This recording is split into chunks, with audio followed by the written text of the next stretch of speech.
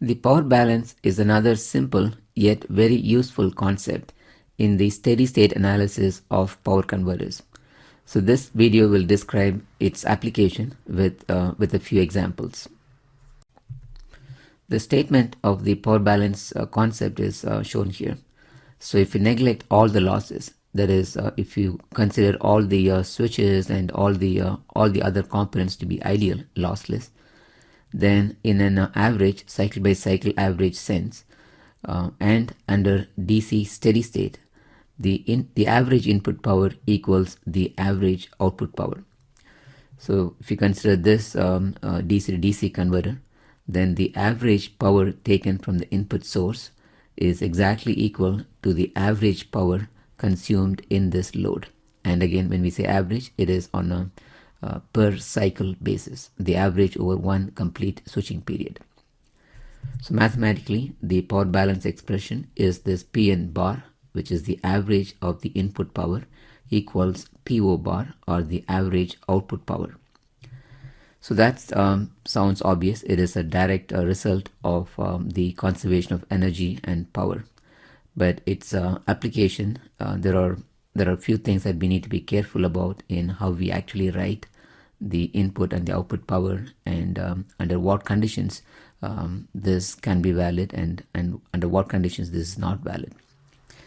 And also in general, we should write this Pn average, Pn bar, as actually take the product of the Vn and In, the input voltage and the input current, take the product first and then do the cycle by cycle averaging, and that should be equal to the PO bar, which again is expressed as the cycle by cycle average of the instantaneous BO times the instantaneous current.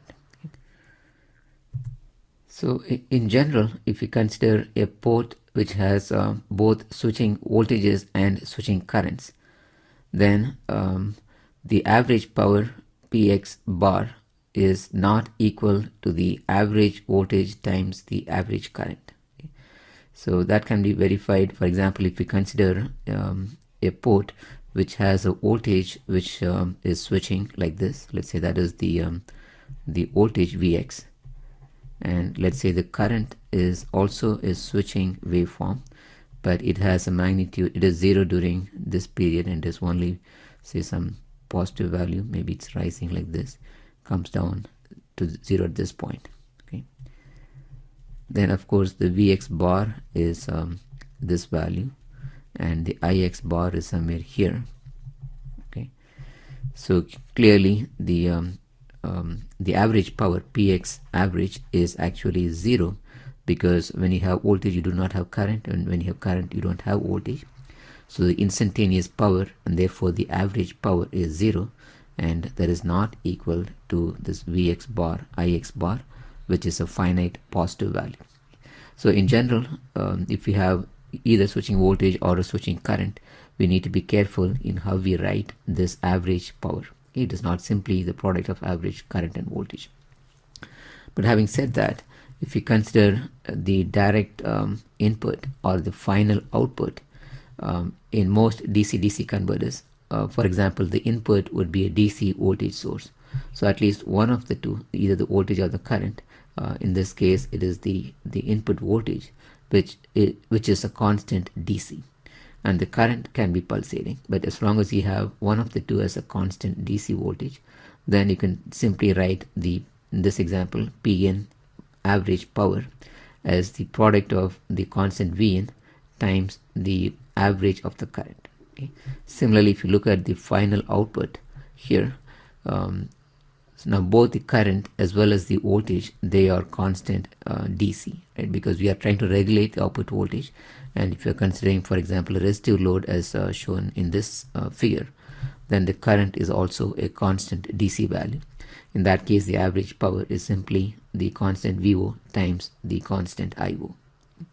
But everywhere else, if we have switching currents and switching voltages, we need to be careful. Okay, so the correct definition of Px average is do the multiplication first, Vx times Ix, instantaneous voltage times instantaneous current, and then take its cycle by cycle average, that is integrate over one complete period of this product divided by Ts, that would be the average power.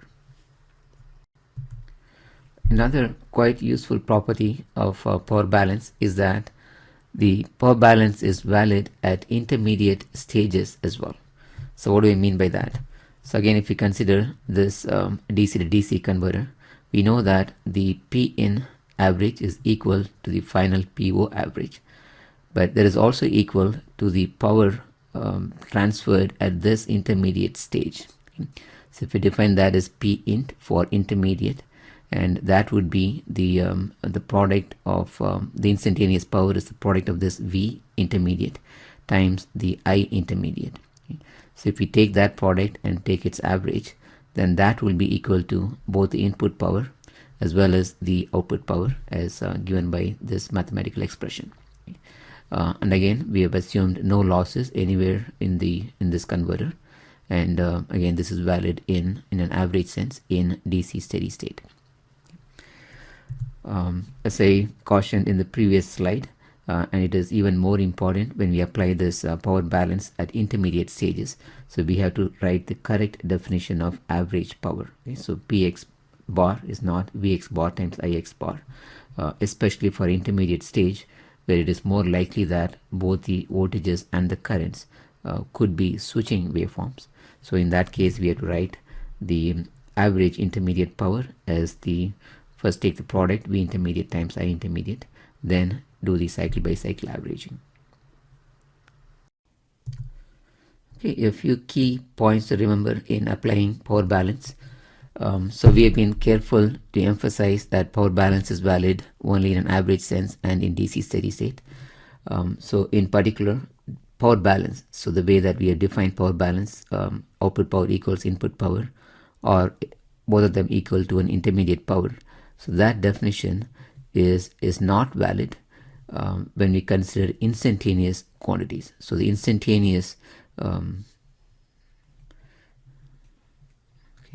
instantaneous P-in of T is not necessarily equal to the instantaneous output power. Okay. Similarly, the power balance, again as defined here, is not valid during transients, even if we consider the average quantities. Okay. So the reason for both of these points is the presence of storage elements, so particularly the inductor and capacitor, in almost all power converters. So the very general expression for the power balance, which is valid both instantaneously as well as in an average sense, in both steady state as well as in transient, is what is shown here. So the P-in, the input power P-in of T, is equal to the output power plus the rate of change of energy, dE over dt, where E is the total stored energy in the converter. So basically the energy stored in the inductors and the capacitors of the converter. So this expression, as I said, is valid in general. You can apply it for any application. But the P-in equals PO is valid only in an average sense and in DC steady state. Okay, so why is that? How does this term vanish when we consider the average and in DC steady state? Okay. So the reason is the energy is really the energy stored in the L and C, and that is given as for example, the energy in the inductor is 1/2 L IL squared, or instantaneous, so you'll use lowercase IL squared. So when you consider the cycle by cycle average and in DC steady state, we know that the inductor current repeats cycle after cycle. So the IL at the beginning of a switching cycle is exactly equal to the IL at the end of that switching cycle. And therefore, there is no change in the inductor current when you consider the beginning and the end, or when you consider the average of the inductor current in DC steady state. Okay. So therefore, there is no change in the energy of the inductor. So we can do a similar analysis and see that the energy stored in the capacitor also does not change from one cycle to the next cycle, and therefore so this term can be 0 in CCA and in DC steady state. Okay, then what happens during the transients, even in a CCA sense? So for example, if you draw the the inductor current. Okay, so in steady state it is something like this. So it comes back to exactly the same value, and then from one cycle to the next it is the IL does not change from cycle to cycle. So that is in steady state. Okay? Whereas during transients, even the average inductor current, so it goes something like this, does not reach the same starting value, goes even higher and keeps increasing. So that's again IL. Therefore you can see that the energy stored in the inductor also continuously rises for this transient condition. Therefore this term d over dt is not zero, even in an average sense for transient conditions. So therefore only in steady state and in a CCS sense we can apply the power balance, in the sense that input power equals output power. Okay.